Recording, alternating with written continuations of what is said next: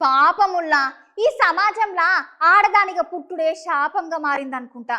ఎందుకంటే బయట ఆడోళ్ళ పరిస్థితి గట్లున్నది.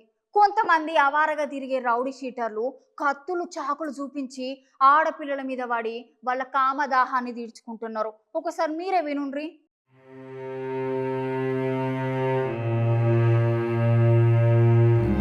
రోజు రోజుకు అమ్మాయిల మీద అఘాయిత్యాలు అత్యాచారాలు ఎక్కువైపోతున్నాయి. పోలీసులు రాజకీయ నాయకులు ఎన్ని చర్యలు తీసుకున్నా కూడా రౌడీ మూకలైతే అసలే ఆగుతలేరు.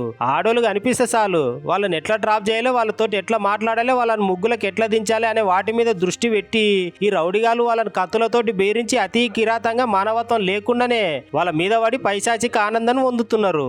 ఆంధ్రప్రదేశ్ రాష్ట్రంలో కూడా సేమ్ గిట్లనే జరిగింది. వినయ్ అనే రౌడీ ఒక మహిళ మీద అత్యాచారం చేసిండు. నెల్లూరు జిల్లా గూడూరులో కాలేజీకి వస్తున్న ఒక అమ్మాయిని వినయ్ రౌడీ సీటర్ కత్తితోటి బేరించి బలవంతంగా ఆటోలకు గుంజుకొని పోయి అత్యాచారం చేసిండు. వాడు అట్లా అమ్మాయి పైన అత్యాచారం చేసేసరికి అమ్మాయి మనస్తాపానికి గురై సమాజంలో నేను బతకొద్దని ఆత్మహత్య చేసుకునేందుకు ప్రయత్నించిందంట.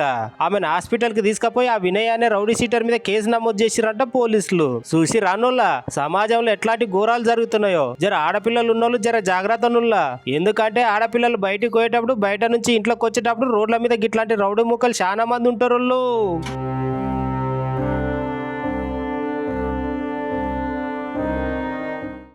ఇలాంటి ఆడపిల్లల మీద అగాధ్యాలు ఈ జరిగితే మటుకి ఏ ఒక్కరికైనా అందరూ మిగతా వాళ్ళకు రిమైనింగ్ పీపుల్ కూడా షీట్లు ఓపెన్ చేయడం జరుగుతుంది.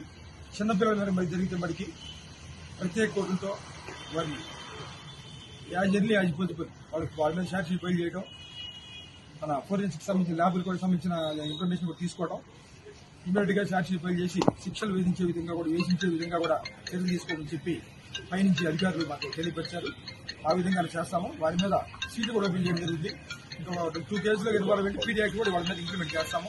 అందువల్ల ఇలాంటి ఆడపిల్లల మీద గాయత్యాలు జరుగుతున్నప్పటికీ చాలా సీరియస్ గా మీరు యాక్షన్ తీసుకోమని చెప్పి మా పై అధికారుల నుంచి అధికారులు ఆదేశాలు ఇవ్వడమైంది. అందువల్ల జాగ్రత్తగా ఎవరి పని వాళ్ళు చేసుకోవాలి తప్పితే ఆడపిల్లల జోలికి వెళ్ళి వాళ్ళ జీవితాలు నాశనం చేసుకుని పడిపోవద్దని చెప్పి మీ ద్వారా యువతకి